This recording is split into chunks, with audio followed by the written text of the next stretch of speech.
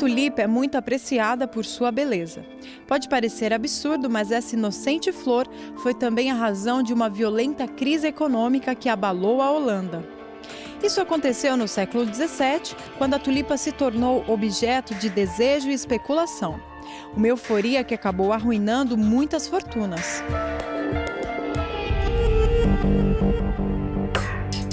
Uma crise não muito diferente da que vemos hoje, que também nasceu de euforia e especulação. Crises assim parecem ser mais comuns do que a gente imagina. De tempos em tempos, algum setor da economia ou um país vira o epicentro de um verdadeiro terremoto. Aconteceu com as tulipas na Holanda, com as companhias de navegação inglesas em 1697, e é o que está acontecendo agora com os Estados Unidos.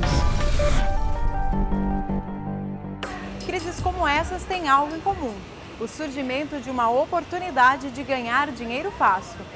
São produtos inovadores, novas ferramentas financeiras, ideias miraculosas que surgem antes de uma regulamentação adequada. Enquanto a economia vai bem, quer dizer, aquelas inovações parecem coisa de gênio, né? Só que tudo tem um problema de dose. Na economia, a dose faz o veneno, né? Quando se extrapola a dose, quando os incentivos aos ganhos descolam da economia real, né, você pode passar por problemas. E aí o que acontece? Vem a crise e vem a regulação de tudo aquilo que contribuiu para que a crise avançasse. Recentemente, um e-mail fez sucesso na internet. Com frases supostamente escritas por Karl Marx no livro Capital, o e-mail mostrava que a crise já era profetizada pelo pensador alemão. Uma prova de que o fim do capitalismo seria inevitável. Na verdade, basta consultar uma biblioteca para ver que a frase nunca fez parte da obra em questão. E na mesma biblioteca, talvez você encontre o livro Uma Breve História da Euforia Financeira, do economista norte-americano John Kenneth Galbraith. No livro, o autor explica que crises especulativas fazem mesmo parte da história do capitalismo. As crises são cíclicas no capitalismo, né? Algumas são mais profundas, como foi a de 1929, algumas são um pouco mais leves, mas há uma tendência inerente à crise no capitalismo, sim. Realmente a crise é uma crise séria porque ocorre no centro do capitalismo mundial, ocorre nos Estados Unidos, mas eu não arriscaria nunca dizer que é o fim do capitalismo.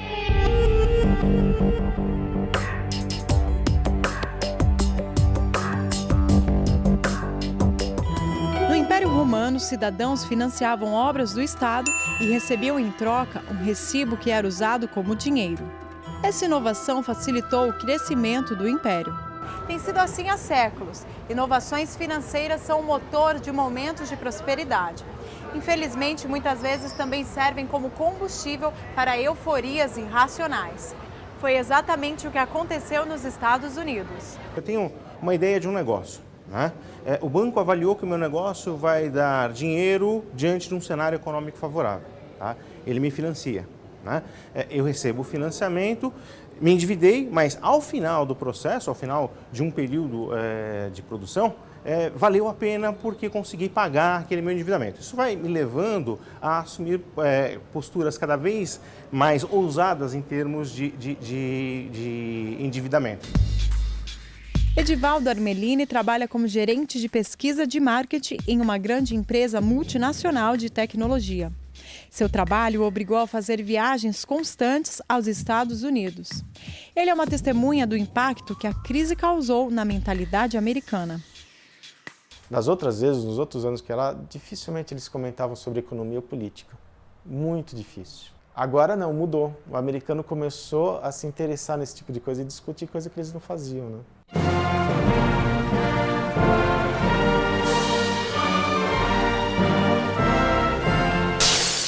O carro estacionado numa loja que tem um estacionamento grande, tipo uma livraria grande que tem lá.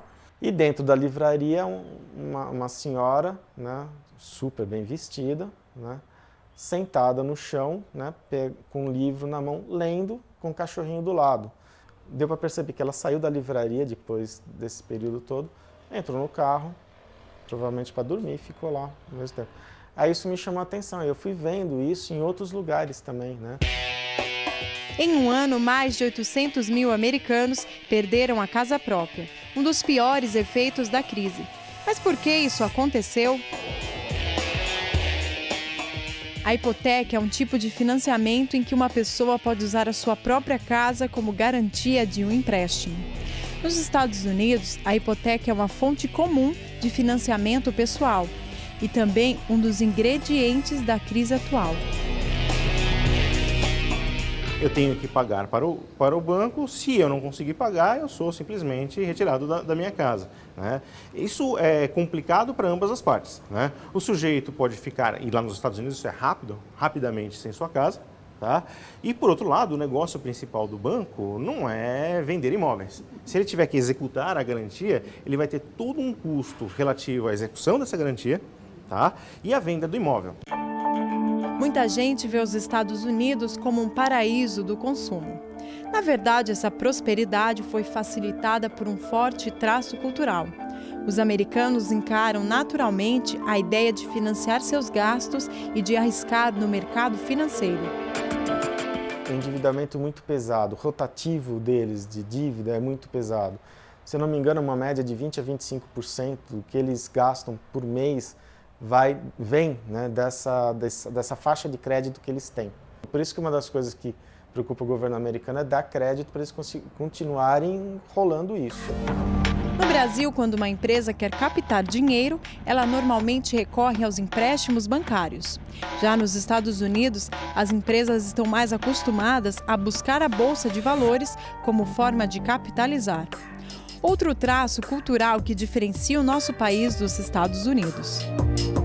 Essa cultura de bolsa é uma cultura razoavelmente recente no Brasil e ainda bastante incipiente. Se você for ver quais são as grandes empresas que são negociadas aqui no Brasil, ainda tem uma grande participação ou de antigas estatais privatizadas ou de empresas estatais. Isso ainda é bastante significativo na Bolsa brasileira.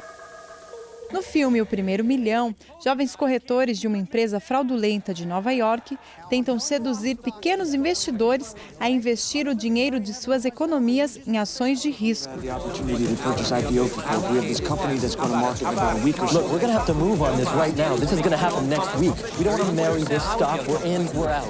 O filme serve como retrato dos tempos atuais, em que todos buscam dinheiro fácil.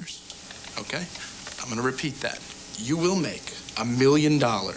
Mas o sonho de prosperidade que moveu os americanos e quase o mundo inteiro foi abalado.